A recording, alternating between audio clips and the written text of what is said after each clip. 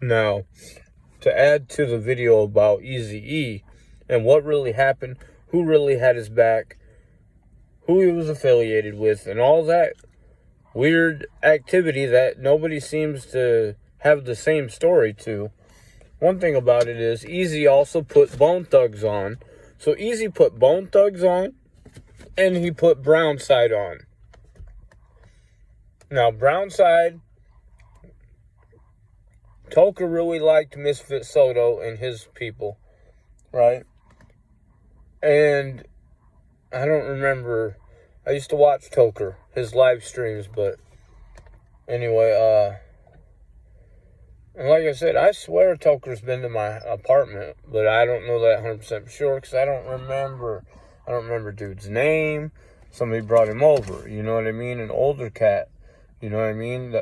Not too old, but I'm saying back then, I mean, I was like 18, 19. This dude was probably 30, I don't know. You know what I mean? Like, and my buddy was probably like 21 or 22, you know? A homie that, you know, he's never getting out in Texas probably, you know? The one that, you know, I kind of had a little scuffle with the night, one of the, you know, at the party and all that, but, what else? Oh, like, see, now, it looks, yeah, I think it does make sense that this beef stuff with Misfit Soto and all them guys, it seems kind of WCW kind of fake, you know? Less fake than, like, with No Jumper and whatnot.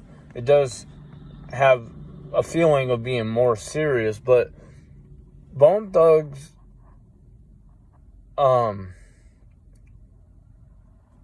they worked with, like, Mr. Criminal, or, yeah, Mr. Criminal and them, and Capone. He works with Crips, Black Crips, you know. So there's a lot of connections going on, kind of weird stuff, you know.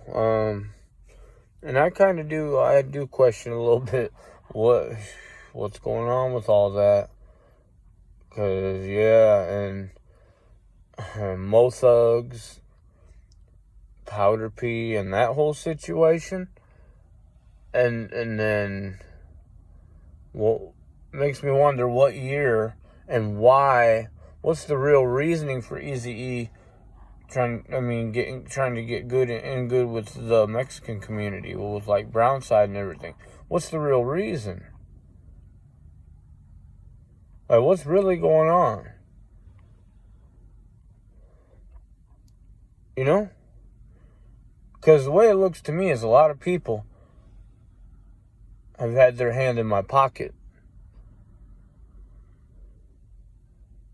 throwing rocks and hiding their hands for a long time here.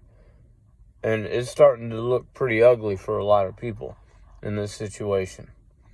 Not looking good. Not looking righteous at all. You know? A lot of people. And, so once again, my question is, why did Eazy step out and reach out to the Mexican community, and what year did that take place? You know, putting them on and everything, and what's the real reason for him doing that? For his own protection, so he'd have protection against death row? Or was there never really any beef with between any of these people? Death Row and Ruthless Records and Puff Daddy and any of them. Who's to say it's not all made up? So if it is all made up, let's just assume that it is all made up. Why would Eazy reach out to the Mexican community and be like the only one who did, other than maybe like Cypress Hill? You know, they kind of connected with like Mac 10, and maybe I think they did connect with Mac 10, and then the beef started between West Side Connection and Cypress Hill. And I don't remember exactly why. I think Ice Cube was more like a Crip, and I don't know, Cypress Hill, I guess they were more like Bloods and Northaniels or whatever. I don't know exactly, but I don't know, dude. Everything's looking fake. It's all looking fabricated. But you know what?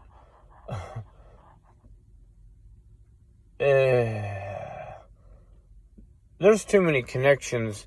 Even one connection is too much, to these people being connected to my situation. There's one is too many to dismiss, and I think there's more than that. You know what I mean?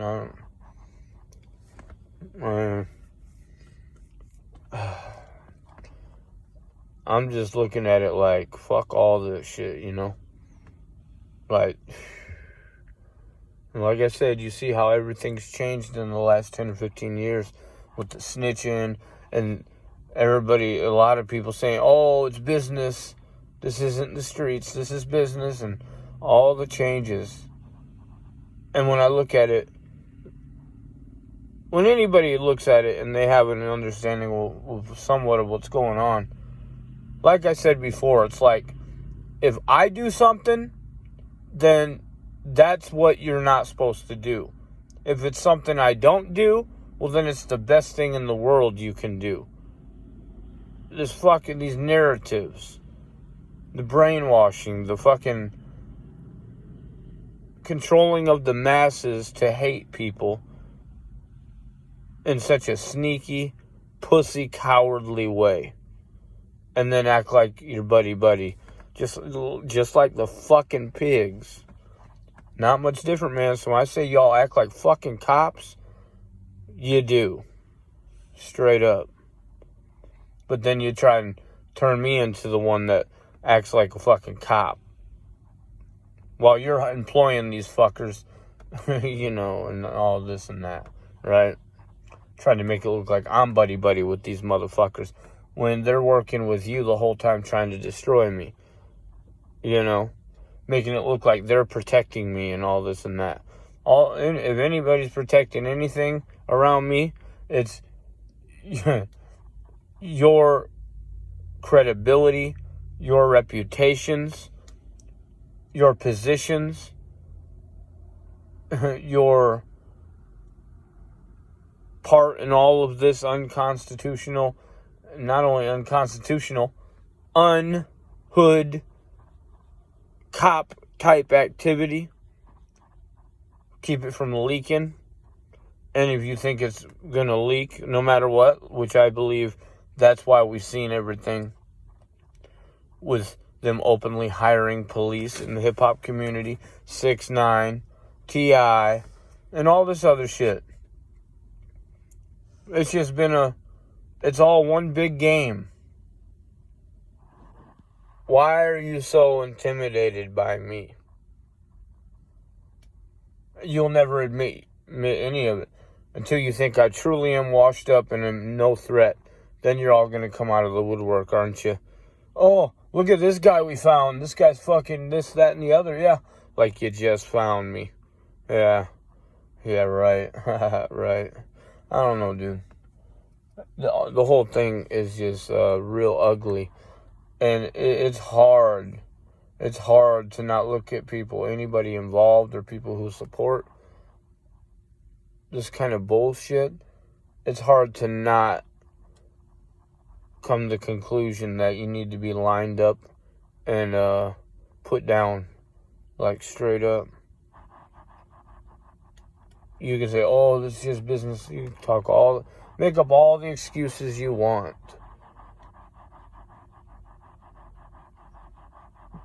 All your bullshit only works on bullshit people who aren't about shit.